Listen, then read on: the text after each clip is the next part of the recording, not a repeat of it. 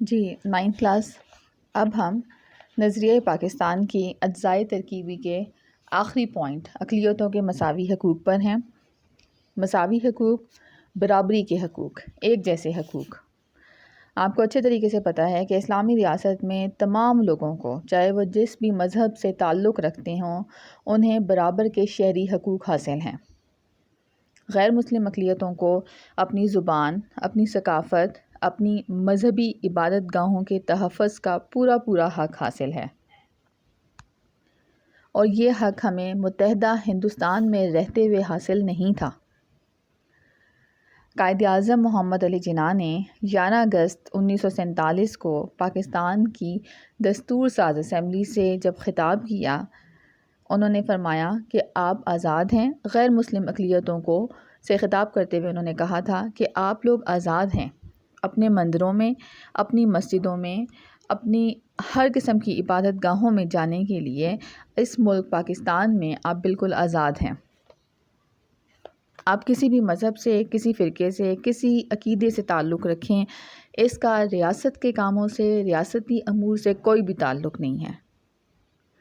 ہم اس بنیادی اصول سے اپنے نظام کا آغاز کر رہے ہیں کہ ہم سب ایک ہی ملک کے برابر کے شہری ہیں، چاہے ہم پاکستانی ہیں، چاہے ہم ہندوازم سے تعلق رکھتے ہیں، چاہے ہم عیسائیت سے تعلق رکھتے ہیں، لیکن پاکستان میں رہنے والے تمام لوگ جو ہیں وہ ایک ہی ملک کے برابر کے شہری ہیں، لہٰذا تمام شہریوں کو برابر کے شہری حقوق حاصل ہیں۔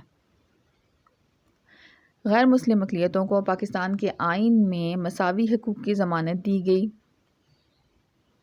پاکستان میں ہندو، سکھ، عیسائی، پارسی اور دوسرے مذاہب کے لوگ پاکستانیوں کے ساتھ یعنی مسلمانوں کے ساتھ مل کر پاکستان کی ترقی اور استحکام کے لیے کام کر رہے ہیں۔ ان میں سے کئی لوگ بہت اہم سرکاری عہدوں یعنی کہ افواج پاکستان میں اور دوسرے شعبوں میں بھی اہم کردار ادا کر رہے ہیں۔ ہمارا لاسٹ ٹاپک ہے آج کا 2 قومی نظریہ۔ اس نظریے کو سمجھنے کے لیے اگر ہم جنوبی ایشیا میں مسلمانوں کی تاریخ پر نظر ڈالیں تو ہم یہ دیکھیں گے کہ برصغیر میں مسلمانوں کا اقتدار 8ویں صدی عیسوی کے آغاز میں قائم ہوا اور 18ویں صدی عیسوی کے آخر تک قائم و دائم رہا۔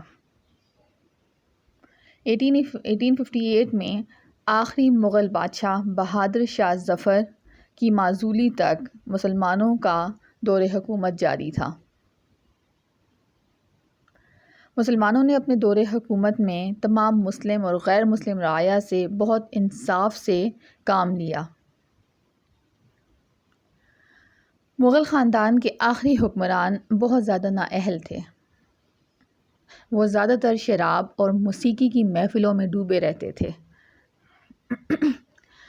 ان کی نااہلی کا فائدہ اٹھا کر انگریز تاجروں پر مشتمل ایسٹ انڈیا کمپنی اس نے خوب فائدہ اٹھایا اور آہستہ آہستہ اس نے پورے ہندوستان پر قبضہ کر لیا۔ قبضہ کرنے کے بعد انہوں نے مسلمانوں کو معاشی، معاشرتی، سیاسی ہر لحاظ سے بہت زیادہ پیچھے دھکیل دیا۔ سر سید احمد خان وہ پہلے سیاسی رہنما تھے جنہوں نے یہ تصور پیش کیا تھا کہ ہندو اور مسلمان 2 الگ الگ قومیں ہیں جن کے درمیان واضح اختلافات کی وجہ سے ایک ساتھ رہنا ان کا زیادہ عرصے تک ممکن نہیں ہے۔ سر سید احمد خان 1817 میں دہلی میں پیدا ہوئے۔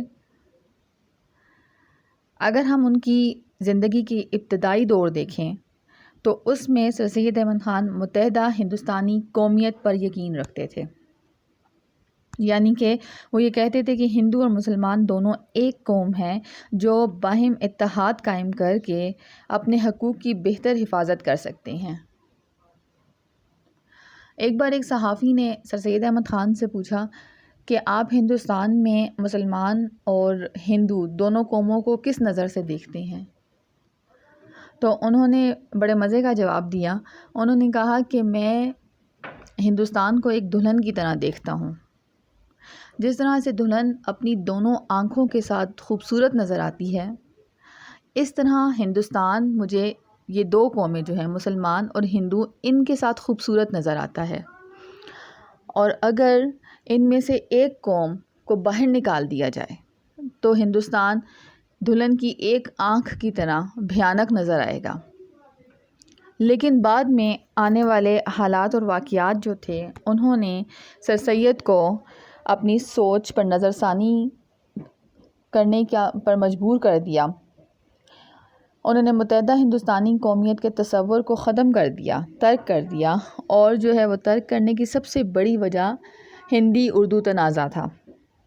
1867 میں ان کے خیالات میں یہ تبدیلی آئی جب بنارس کے ہندوؤں نے اردو زبان کے خلاف تحریک شروع کی، اور وہ مخالفت یہ صرف اس وجہ سے کر رہے تھے کہ یہ زبان مسلمانوں کے دور حکومت میں پروان چڑھی اور اس کا رسم الخط عربی اور فارسی پر تھا، اور یہ چیزیں ان کے لیے قابل قبول نہیں تھی۔ دو قومی نظریے نے مسلمانان ہند کو سوچنے پہ مجبور کیا کہ ہندو مسلم مسئلے کے دائمی حل کے لیے، ہمیشہ کے حل کے لیے کیوں نہ مخصوص راستے اپنائے جائیں۔ اور پھر جو ہے ہم نے بعد میں دیکھا علامہ اقبال کے خطبہ الہ آباد 1930 میں بھی دراصل سر سید کے دو قومی نظریے کی تشریح اور مزید وضاحت کی گئی تھی۔ اس میں سر سید کی سوچ کو عملی شکل میں پیش کرنے کی کوشش کی گئی۔